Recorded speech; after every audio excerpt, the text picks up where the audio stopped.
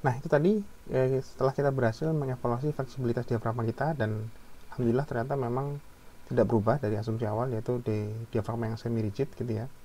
Karena tadi kalau ketemunya diafragma fleksibel, maka harus kita ganti beberapa asumsi dan modifier faktornya kita kecilkan lagi gitu ya. Next, kita menganalisis gaya-gaya dalam yang ditimbulkan dari beban desain diafragma ini. Nah, mau tahu caranya? Berikut ini adalah selengkapnya. Nah, baik, untuk gaya-gaya dalam, saya pribadi lebih suka tidak menggunakan model yang ini, tapi lebih suka menggunakan model yang sebelumnya, gitu ya. Ini kita lepas, kita beralih ke model asli bangunannya. Ini kan model yang kita save as menjadi untuk tes diafragma. Kita kembali ke model aslinya, seperti ini, gitu. Nah, kita divide lagi, tapi dengan cara automatic area meshing sekarang. Kita lihat kayaknya di sini masih, oh ya masih ya, di sini dia masih potong. Oh sudah, berarti bisa langsung kita lakukan. Kali ini pemotongannya dengan assign, kemudian area, kemudian automatic area meshing. Ini kita pilih sama menggunakan dimensi. Angka defaultnya ya sudah saya gunakan ini 1,2 dan 1,2 meter gitu. Kita klik apply, kita klik OK. Nah, kok belum berubah Pak, tidak kepotong-potong kayak tadi? Kalau mau melihat caranya seperti ini, kita pakai show analysis model. Jadi itu adalah analisis modelnya. Kita klik apply, kita klik yes. Seperti itu, maka nah ini dia sudah terpotong. Gitu ya. Ini sudah terpotong-potong, walaupun dia secara virtual, tidak secara fisik. Kalau tadi secara fisik terpotong-potong. Misalkan kita lihat show edge, gitu ya. Oh, nggak kelihatan malah ya. Ya sudah, nggak usah. Seperti ini. Kalau misalnya kita gini kan, bisa nggak? Ah, bisa. Ini. Jadi kalau kita ciutkan, dia akan terlihat betul area lantainya sudah terpotong-potong. Gitu. Nah, ini kita running. Ingat ini sudah menggunakan model yang biasa. Kita running lagi. Kali ini tujuannya untuk membaca gaya-gaya dalamnya. Hasilnya adalah seperti ini. Nah, seperti ini. Nah, untuk hasil ini pelan-pelan yang saya jelaskan ya. Ada dua cara. Kita mau melihat gaya-gaya atau tegangan. Nah, pertama kita lihat dulu tegangan yang terjadi, tegangan tarik atau tekan yang terjadi pada diafragma kita atau lantai kita. Di sini dari bentuk ini bisa kalian pahami yang terjadi bending atau membengkok adalah yang ini ya. Ini membengkok ya. Nah, di sini kelihatan ini membengkoknya ke arah sini. Ini terlihat, ini berarti harusnya dari segi logika ini adalah daerah yang tertarik dan ini ketekan. Gitu ya, karena ini kan membengkoknya ke arah kanan gini.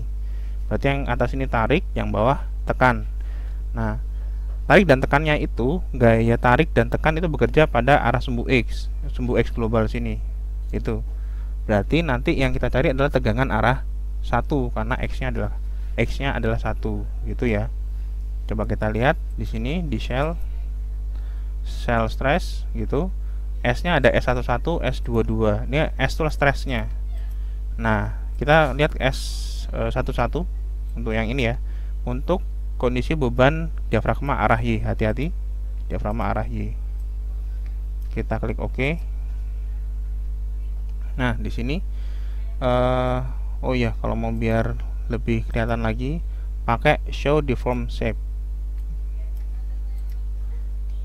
Nah, ini dia gitu. Terlihat bengkokannya ke arah mana, dan terlihat di sini pada plat lantai kita terjadi tegangan tarik karena ini warnanya hijau ya, positif ya, artinya tarik gitu. Dengan satuan kilonewton per meter persegi, otomatis ya besar angkanya. Kalau jadikan MPa kecil, jadikan MPa. Kalau mau kita jadikan MPa ya, biar maaf. Kita jadikan MPa. Oh, bisa kayak gini ya. Nah, maaf. Nah, error sedikit tadi. Ini kalau kita jadi MPa Newton milimeter, hasilnya sangat kecil. Jadi tariknya itu cuman yang warna hijau ini, itu kan artinya sekitar 225 kali 10⁻³ MPa. ada terjadi tarik tapi kecil sekali gitu ya.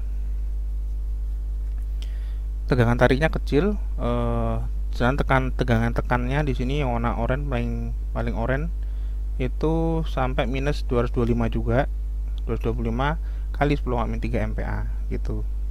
Nah itulah efeknya kenapa kita melakukan analisis gaya-gaya diafragma. Ternyata diafragma atau lantai kita bisa membengkok ke lateral dan menghasilkan tegangan tarik dan tegangan tekan. Nah hubungannya apa sih nanti? Hubungannya itu nanti ke tulangan. Maka kita harus menyediakan tulangan tarik di sini, di ujung sini dan di ujung sini disebut dengan tulangan cord. Dia menahan tegangan tarik dari diafragma di sebelah sisi tarik dan sisi tekan. Nah, kenapa dipasang di sisi tekan juga? Karena kan sebetulnya gaya gempa atau goyangan diafragma itu kan bolak-balik. Jadi kita desainnya nanti terhadap gaya tarik di sini, terus kita aplikasikan di kedua sisi, dianggap sama gitu. Nah, lebih aplikasinya gimana Pak? Aplikasinya apakah di tulangan nambah apa tidak? Di tulangan di plak lantainya harusnya sih iya. Jadi di plak lantai nanti ada tulangan khusus untuk menahan gaya tarik. Tapi ini ada tapinya. Coba kita lihat frame kita. Nah ini yang terjadi. Apa yang terjadi? Sesungguhnya struktur kita adalah struktur diafragma plak lantai yang bergabung dengan balok-baloknya gitu. Otomatis sebetulnya tarik yang terjadi pada plak lantai ini itu juga sama yang terjadi dengan baloknya. Balok induk kita yang ini itu pasti kan terjadi tarik. Ya iya, karena kan balok induknya dicor monolit dengan plat lantainya gitu. Jadi kalau plat lantai tertarik pasti baloknya juga tertarik. Nah untuk itulah nanti akan ada tulangan tambahan gitu ya yang menahan gaya tarik dari bengkokan diafragma ini. Cara lihatnya bagaimana Pak? Cara lihatnya seperti ini. Kita jadikan 3D view dulu gitu. Kemudian agar kita fokus ke lantai 1, kita set limit dulu aja ya. Jadikan 4000 meter. Sebentar, ini karena ini MPa ya, saya kembalikan dulu deh kilonewton meter. View set limit itu menjadi 4 meter pada elevasi lantai 1 ya, begini. Kemudian apa yang kita lihat? Kita lihat sebagai tadi kan tarik dan tekan pada balok ya. Kita lihat sebagai axial force pada balok dengan beban desain diafragma ke arah Y gitu. Nah, seperti itu. Lihat, terlihat ya, di sini ternyata balok itu mengalami tarik dan tekan persis seperti bendingnya si plat lantai gitu ya. Nah, caranya yang plat kita singkirkan dulu biar enak lihatnya. Ini. Kemudian coba kita zoom in.